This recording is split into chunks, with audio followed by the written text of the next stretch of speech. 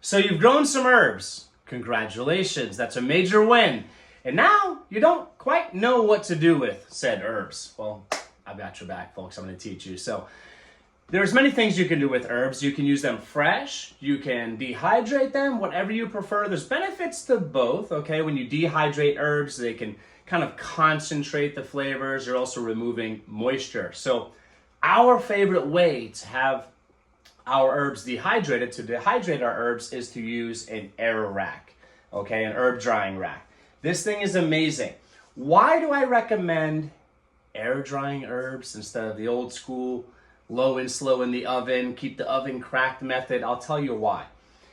You want to maintain, you want to keep as many of the nutrients bioavailable in your herbs as possible. And also there's lots of volatile compounds, okay? A lot of those aromatics, those beautiful aromatics that you're getting from your herbs, those are beneficial oils with amazing compounds, medicinal compounds, by the way, that when you cook them at a certain temperature, you can kind of denature them, you can ruin them.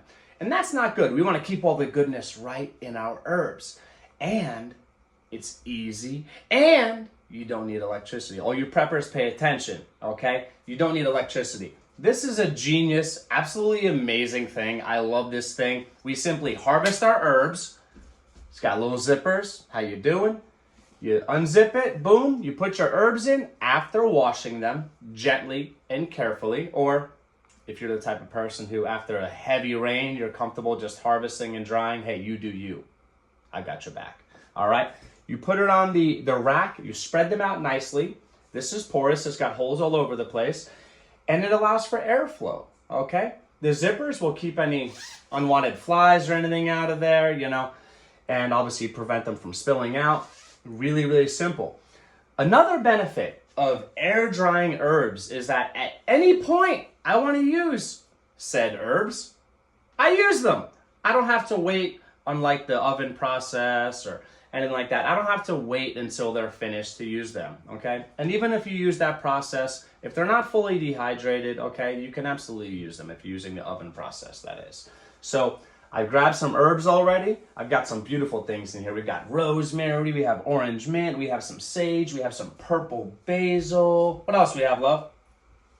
We've got some thyme in there. Thyme, okay. And lemon balm. Lemon balm. And we're also, looks like we're air drying some seeds for harvesting. There's another benefit of this amazing thing. That's right, California Wonder Peppers. That's right. So yeah, definitely pick up one of these. We'll give you the information in the description. Super cheap, an amazing investment, folks. So let's head on over to the kitchen. I'll show you what's next. All right, so you've got your herbs ready to go, whether that's air dried, okay, fresh, or both. Process your herbs, have them ready to go. At this point, you can make a rub, okay, a dry rub. That means no binder, okay? Or you can mix it with an oil or some type of binder. I recommend a high heat oil like a beef tallow, duck fat. Those are ideal, animal fats, okay? That's the way to go. Or another high heat oil like a coconut oil, algae oil, avocado oil, all great options. As far as your food prep, you can pour the oil on or your fat and then add your awesome herbs, or mix them in a bowl or something and then use it as an even rub. If you mix them all together, you're more likely to have a uniform rub for your meat. So I do recommend putting it all together with your binder, and or even if you're not using a binder, putting all your herbs together. This way you have a uniform, beautiful blend ready to go. And have fun with it, folks. Cooking is about fun. So maybe for chicken dishes, fish dishes, you might want more citrus and pine aromatics, okay? For beef, you might want strong herbaceous things. I recommend oregano, rosemary, okay? Have fun with it, come up with your own blends. Also, you can mix your high quality salt in your herb blend. This way you don't have to add more steps to the process, have everything you need all together ready to go and apply to your meat or your fish or whatever. I recommend a Celtic sea salt or a red mint salt. I've talked about it in previous videos on our channel. Check those videos out. Yeah, we've got some beautiful selection here. We have some sage, we have some rosemary, some thyme. I wasn't happy with the amount of thyme that we had air dried, so I harvested some fresh thyme, okay? And to gardeners out there, you know that picking leaves off of thyme takes time, all right? But I saved you time and just did that before this video. All right, I got some orange mint here, some purple basil, beautiful selection of delicious and nutritious herbs ready to go. At this point, before you make your dry rub or your herb mix with a binder, you're gonna wanna process this even further. That means old school cutting. Preppers, always good to have ways of doing things without power. So that's a great way. Today, we're gonna lean on electricity and we're gonna use a food processor, okay? This can save a lot of time, folks, give you a beautiful uniform blend. And by the way, please check out the description. We're gonna give you our Amazon storefront. It has different things we used in this video that will help you take your cooking to the next level. Great investment, folks. Don't miss out on that. So yeah, I'm gonna finish processing this and then I'll take you into the next step.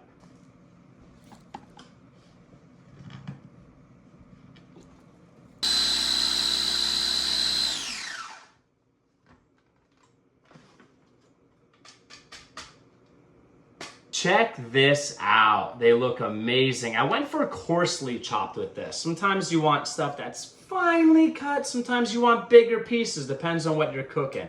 But this is ready to go, folks. I'm gonna add that to some avocado oil and make it happen.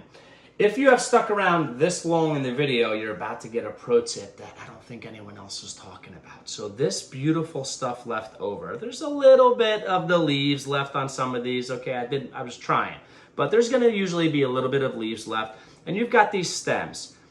Your livestock get benefits from herbs just like people do, okay? Now, we have chickens, and I'm going to feed this stuff to our chickens. There's so many medicinal compounds in here, so many minerals, trace minerals, so many nutrients that instead of just throwing it in the compost, I feed it to our chickens. Some of this stuff is anti-parasitic, it's deworming, okay? And we get the benefit of giving our chickens amazing food and then harvesting their manure for compost. So don't throw this stuff out. It smells amazing. Hopefully cover up the smell of that nitrogenous waste in the chicken coop. And whatever they don't eat, it just acts as a really good carbon diaper, essentially, okay? This stuff, you know, there's not much now, but you do this a few times a week, you'd be surprised at how much volume you can get. And that's your carbon diaper, folks, which gives you materials for your composting, all right? Your chicken litter, you're spending less on chicken litter, it's gonna smell better, better for your chickens, and way better to buy this, to grow this stuff than buy it in the stores. Folks, have you seen the prices of herbs that are insanely expensive, especially organic? This is as good as gold. So please subscribe if you learned something. Okay, like, get involved in the comments below. How do you like to use herbs? What do you do? What's your favorite things to do? You have any recipes, any like dry rub blends? Let us know in the comments. We're a community. We grow together. We learn from each other. Get up and go. Get up and grow. Take care, everybody.